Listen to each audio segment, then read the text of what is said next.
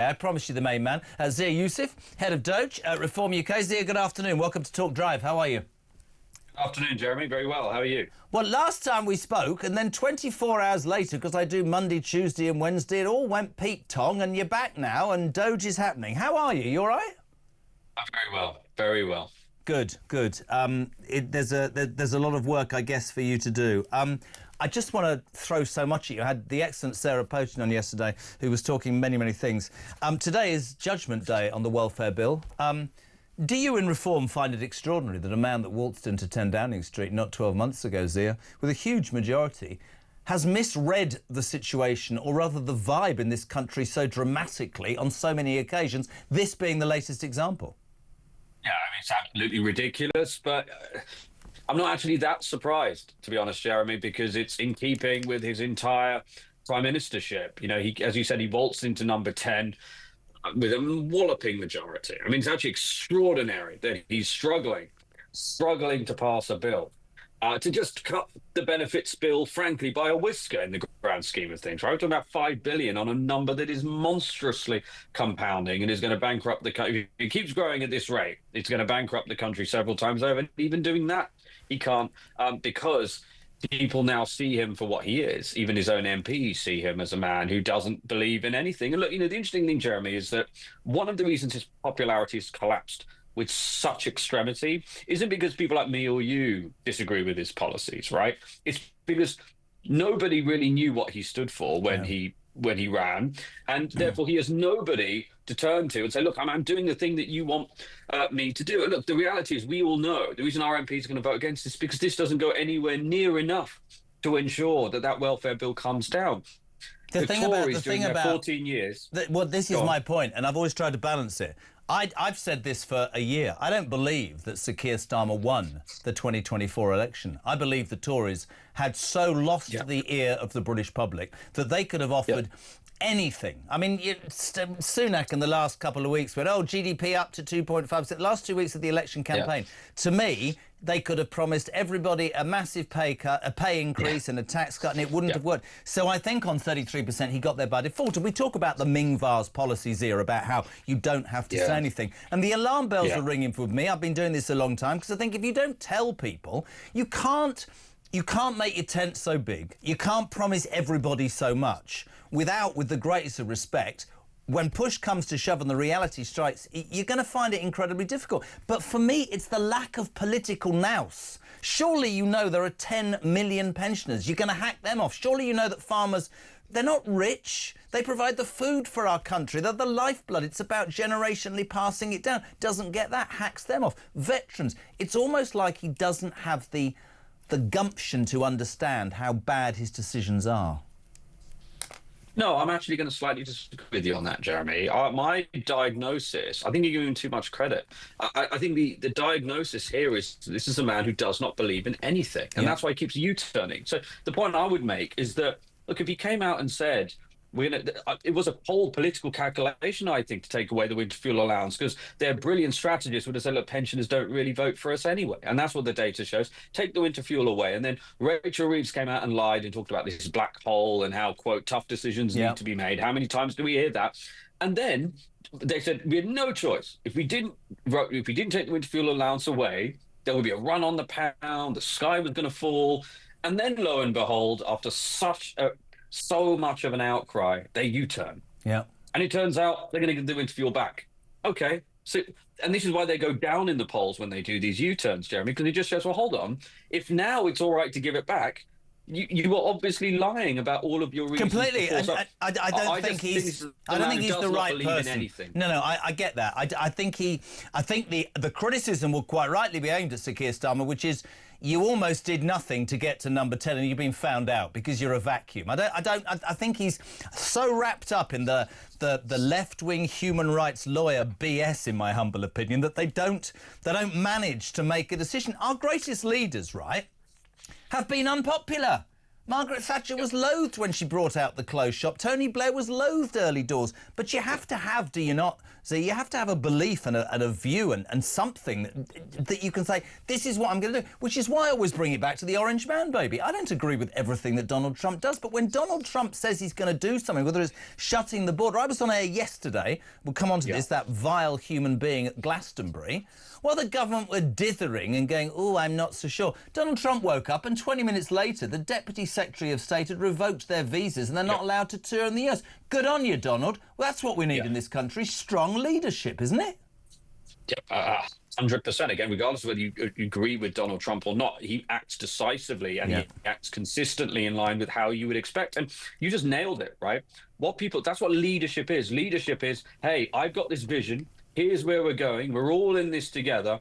Get behind me and let's go. And by the way, I would argue Nigel is the first political leader in this country for decades, actually, who has had a vision. And that's why we're so behind him. It's why the more people see of Nigel, interesting, you look at all the polls and the approvals and disapprovals and unsures, the more his unsures go down, the more his favourables go up. And that's the opposite for Kemi, the opposite for Starmer. No, I agree. The thing about Nigel is, and I've said this for a long, long time, I want somebody to stand and say, listen, here I am, warts and all, I like a fag, I like a pint of beer, I've been divorced. I'm not talking about Nigel Farage. I've made mistakes, they'll write this, they'll attack me on that, but here's my blueprint, this is what I think. If you come with me, OK, I promise you, whatever is said and done, I will do it. There'll be good days and bad days. If it works, fair play, and if it don't, I'll do one.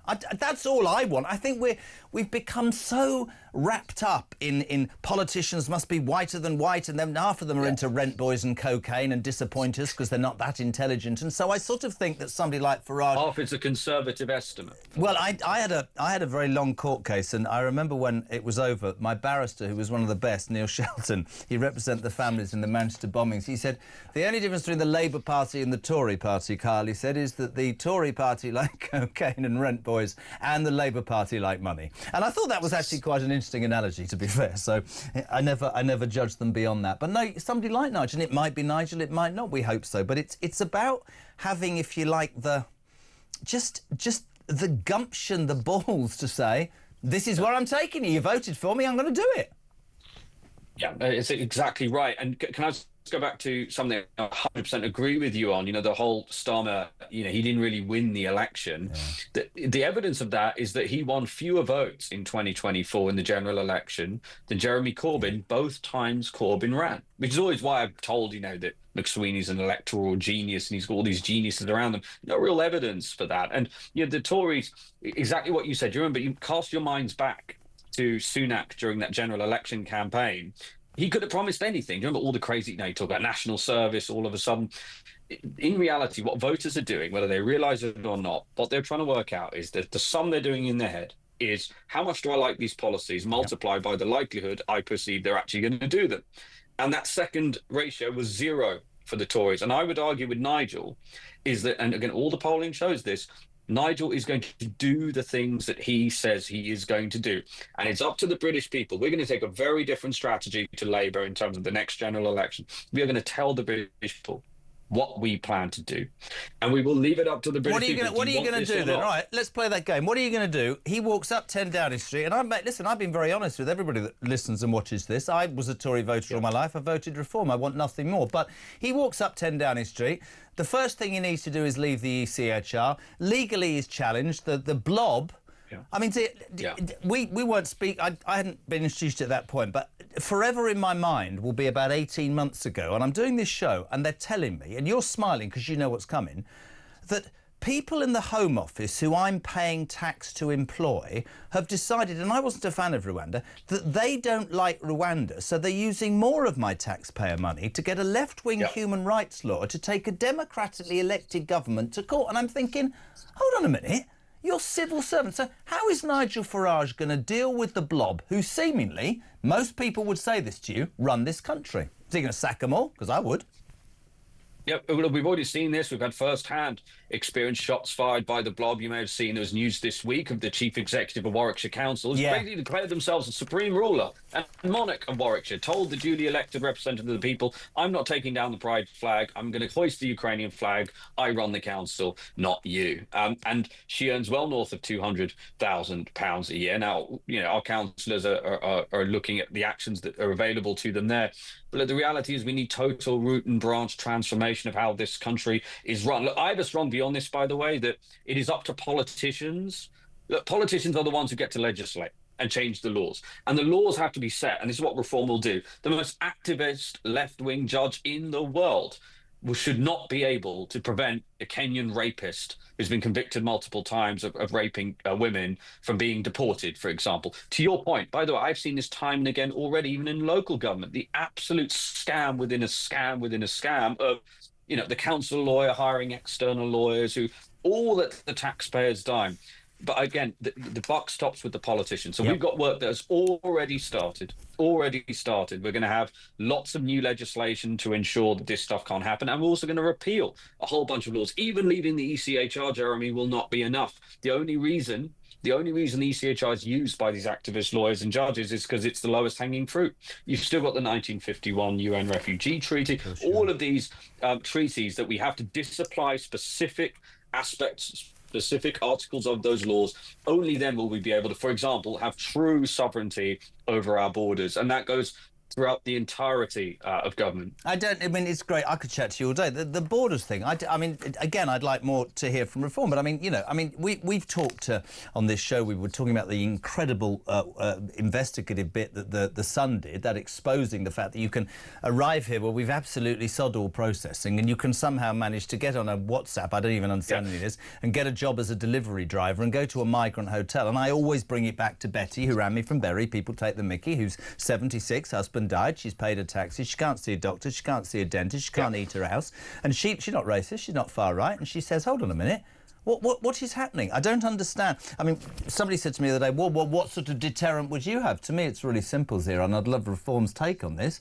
I don't think, I mean, apart from turning the boats around once or twice with the Navy, which would send a message, I'd stop making it so goddamn attractive. I don't understand why we lay out a benefit system to people who are patently taking us for idiots. But more than that, when you're skint and you can't afford to provide for the people who are paying into it, that makes no logical sense to me at all.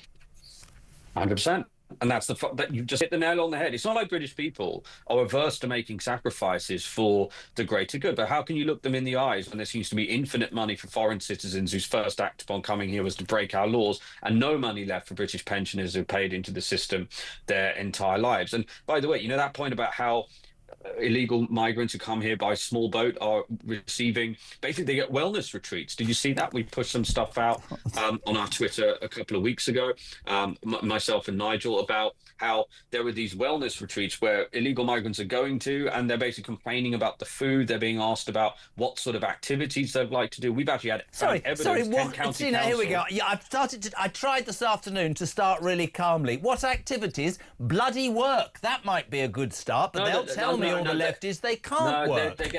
They're getting taken to rugby sessions. And by the way, that's just the start of it. We found evidence Kent County Council has been spending taxpayers' money taking asylum seekers to the cinema, buying stuff for them from JD Sports, taking them trampolining, skateboarding. I mean, for real, like, we've got hard evidence of this sort of stuff, and it's happening writ large across the country. How many people listening to this struggle to find the time or make ends meet to take their own kids to the trampoline park or skateboarding or to the cinema, right? I mean, that's the state and do you know of the what cost it of living says crisis here? in this country. And do you know what it says? And I had a call the other day from a guy, and he was actually really upset, and he said to me, I'm beginning to question the way I live my life. And I said, what do you mean? And he said, because I pay my taxes, I don't break the law, I've never asked for a handout, I barely can have anything apart from feed my kids and pay my bills. And I'm looking around me thinking, they're taking the mickey out of me. And I think that, from a political point of view, that message from doing a show like this and speaking to loads and loads of people is, the British people need and want a politician that actually understands, that resonates with, not somebody that's so far removed. But I was told once by Baroness Wolsey, who used to be high up in the Tory party, I remember having a go at about something, and she said to me, the thing is, Jeremy, you come into politics and you have great aspirations, and then the machinations of Whitehall and the three-line whip and the party and the desire to climb up means you play ball. I just think we need brave politicians, and hopefully Nigel is that man, right? He's the bravest of the lot, and not just him. You know, the other MPs that we have. I mean, look, that's why I was always of the view that the only way this country was going to get turned around is through a completely new vehicle, right? Basically, a completely insurgent startup. And, you know, in a year, we've gone from, 12% in the polls to north of 30%. And Nigel's now the bookmaker's favourite. We've got a long way to go, but you better be darn sure we're going to fight every single battle. And I think people are lining up now behind us, and that's what you see. Look, I've already seen this. The more I walk around these local councils, I just see even, you know, the good people even just get consumed by the system because the system is so powerful. But, you know, we've tried to create incentive structure reform where the way to rise to the top of reform is to be courageous and do the things that you promised voters you would do. And if you do that, people are going to be so refreshed by it that we're going to do very well. My old mum always told me that if you want to do something in life, have a go, and even if it doesn't work out, you can look yourself in the mirror and say, I was honest, I was open, and I had a go. Zia, it's always an absolute pleasure, my friend, to have you on. We appreciate you taking the time. I had a doge for Reform UK. The excellent Zia Yusuf, live and exclusive on Talk Drive.